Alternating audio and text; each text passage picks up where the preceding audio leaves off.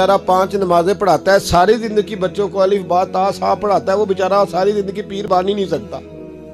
पीर उसने ही बनना है जिसने 1.5-2 महीने गुस्ल नहीं करना, उसी ने बनना है जिसने कुछ 4-5 किलो लोहा उठा लेना है। कोई म्यार बनाओ।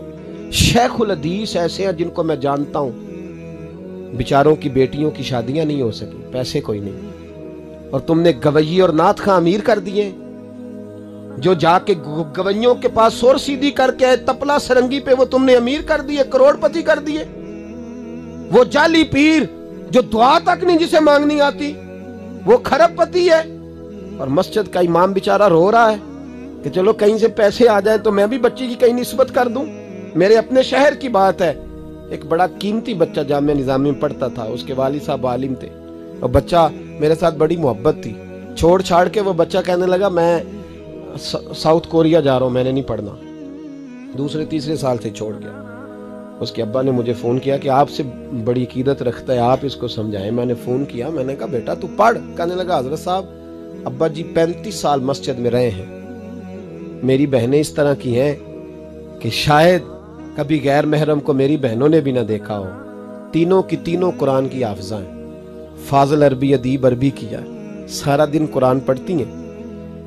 थक गया मेरा बूढ़ा सफेद दाढ़ी वाला आलिम बाप रिश्ता ढूंढते पर रिश्ता नहीं मिला, क्योंकि हम मस्जिद की छत पे रहते हैं। एक बीबी रिश्ता देखने आई थी, और जब वो छत पे चढ़ने लगी, रिश्ता दिखाने वाली उसको लेके आई, छत पे चढ़ने लगी तो चढ़ते चढ़ते कहने लगी ओहो ये मस्जिद में रहते हैं,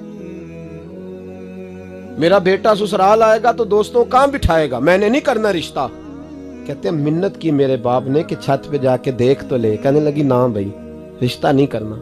इतना जुल्म इस कौम ने किया, इतनी ज्यादती। कहने लगा साहब मैंने नहीं पढ़ना, मैंने माल कमाना है, इसलिए कि मेरी बहनें रोती हैं। खुदा का खौफ करो, एक नात से भी गुजारा हो जाता है, मेहरबानी करो। और नात के लिए शोर की जरूरत नहीं होती, इश्क की जरूरत होती है। बस कर दो, बड़ा हो गया। मदारस के बच्चों को वो रोटी खाने को मिलती है जो मैं और आप खाएं तो बीमार हो जाएं, बीमार हो जाएं, जो मदारस के बच्चों को रोटी खाने को मिलती है। और इनको जिस तरह इनका इस्तेसाल किया जाता है, लाइनों में लगा के इन्हें खैरात की तरह खाना दिया जाता है, और जो इन बेचारों का अशर होता है 100 रुपया खत्म के बाद जब चौधरी साहब देते हैं तो 200 वो बातें भी सुनाते। ये जुल्म कर रहे हो। रबीउल अव्वल आएगा तो यहाँ जनाब मेले लगेंगे, और यहाँ हालत ये होगी कि 25,000, 50,000, 60, कहां से आया तुम्हारे पास पैसा? यहाँ लुटाने के लिए पैसे हैं। और मस्जिद का इमाम मिन्नत करे 6 साल के बाद भी कि 2,000 बढ़ा दो, तो कहते कारी साहब इतने पैसे नहीं जमा होते। ये पैसा कहां से आता है? खुदा का वास्ता, ये भी मेरे आला हजरत का पैगाम है, इसको भी सुनो। आला हजरत से जब कहा गया ना, हमारे तो अल्लाह खैर करे नाथ खां और मैं वो कोई पैसे फेंकने आते हैं महफिल में तो मना करता हूँ। क्यों? इसलिए कि जब दथियों वाले पैसे लेके आते हैं ना मस्जिदों में और महफिलों में, तो फ्रंट सीटें फिर दथियों वालों के हाथों में होती हैं। गरीब महफिल मिलाद में भी छुप के बैठता है पीछे, और नाथ खां भी याद कर लेता है कि ज्यादा नोट किसने पकड़े हुए, ज्यादा नोट किसके हाथ में। वो फिर कहता है हाजी साहब है शेर तुहाडी नजर जे।